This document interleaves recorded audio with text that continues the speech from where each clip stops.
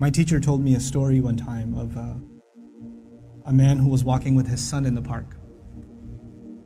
And they're walking together, and his son looked at a crow in a tree. And he said, "Baba, what's that?" It's like a 2-year-old kid. Baba said, "It's a crow." And he said, "Baba, what's that?" And he said, "It's a crow." "Oh, okay." "Baba, what's that?" "It's a crow." "Oh, a crow. What's that?" "It's a crow." It went on for 10 minutes. He asked him 30 times, he counted. Dad kept a score, and he put it in his little journal. "My son, today we were walking in the park, asked me about a crow 30 times. It was the cutest thing in the world." 30 years go by. The son is not 2, the son is 32. Father calls him, "Son, can I come over?" "Dad, it's not a good time right now." "Son, just bear with me. I just need like 10, 15 minutes. That's all I need. Just go for a drive. I need to talk to you about something." Whatever. You know what? Okay, fine. So he comes over, gets in the car, they go over, drive over to a park. "What's this about, Dad? Can you tell me quickly? I got things to do." "Just take a walk with me, son. It's okay." You take a walk. You see a crow in a tree. The dad says, "Son, what's that?" "Seriously, Father? It's a crow." "Oh, son, what's that?" "Is this a game? I have things to do, okay? It's a crow. You can't see, I just got you new glasses last month. Why is this happening to me? Dad, why are you so difficult? I don't understand what the problem is. Just tell me what you really want. I'm busy, okay?" The dad pulls out his journal. He says, "Son, this is something that happened 30 years ago. We were walking down this park. You saw a crow. And you asked me 30 times. And I gave you a smile every time. You couldn't handle twice. What are we giving our parents?" I'm not even bringing Allah into the picture. The fact that Allah mentioned Himself and then mentioned His parents is, you think about that. But what have they done for us and what have we done for them? What have we done for them? How many parents leave, like their children are in ICUs and they stand there and hovering over this little glass box with a baby inside, 24 hours a day, 7 days a week, standing in a hospital, not even sitting down, standing in a hospital. Like feeding off of like vending machines. And that same kid grows up and doesn't have the time to call. That same kid. You know? How many mothers almost died giving birth? Almost died giving birth.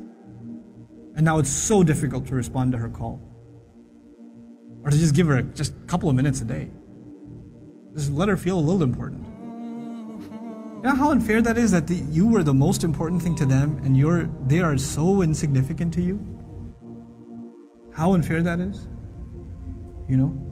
They carry that pain with them every day, that I am nothing to my children. I mean nothing to them, I'm worthless to them. You know, they have no time for me. When something is worth something to you, it gets your time. Most of you at this age, you want to just get away from your parents. You just want to be with your friends. You want to be on your own. You just don't want to be with your parents. You know? That's, you develop this crooked habit now and it will only get worse over time. Our parents have very, very, very strong emotions. They're very protective of us. For them, you won't know this until you become a parent. For them, it doesn't matter when you turn 60, you're still their baby. They still remember changing your diaper. They still remember feeding you milk. They still remember burping you and cleaning up after you peed in the back seat. They still remember that. You don't remember that, they remember that. My son won't remember that. I was like, I gotta go. Then all of a sudden he stops complaining. I'm like, oh, time to roll down the windows.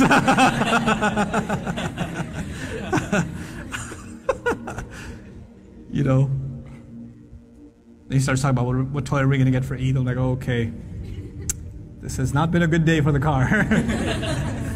But when he's graduating college, and when one day he's getting married, and one day he has his own, he's not going to remember that.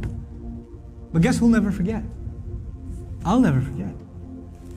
I'll never forget carrying him into a bathroom, cleaning him up, changing his clothes. Abba, put the Spider-Man pajamas on. He won't remember any of that. I will. And that same kid, when he's talking back to me one day, when he's telling me, Dad, I just don't understand you, okay? I don't have time right now. When he does, it's gonna hurt, man. It's gonna hurt. That's what you do to your parents. That's what I do to my parents. They were our life. They gave up their life for us. Our parents gave up careers for us. Our parents gave up vacations for us. Our parents gave up friends for us. You know that? I know that now. I didn't know that then. They had their entire life planned until you came along. And then you became their plan. You became everything. And you have the nerve. One thing doesn't go your way. You hear one thing you don't want to hear. You snap back at them. It says, we're not even talking about Islam right now. We're just talking about decency, man. Just decency. What have they done for you and what you give them back is so unfair. It is so unfair. My dad's so annoying. My mom's so this. They're always mad. They're never happy. They're this, they're that. What are you? What about you? I'm telling you, I can't say this enough times. If you don't earn your parents' du'as, nothing good will come of your life. Nothing good will come of your life if they're not happy with you. If you haven't done everything you can to make them happy. And never give them, you haven't, in all honesty, sometimes parents can be unfair. They're human beings, they can be unfair too. But if you have never, unless you have given them reason to be upset, if you've never given them a reason to be upset, then that's between them and Allah. But if you have given them a reason, and you have to ask yourself, it's bad. It's really, really bad.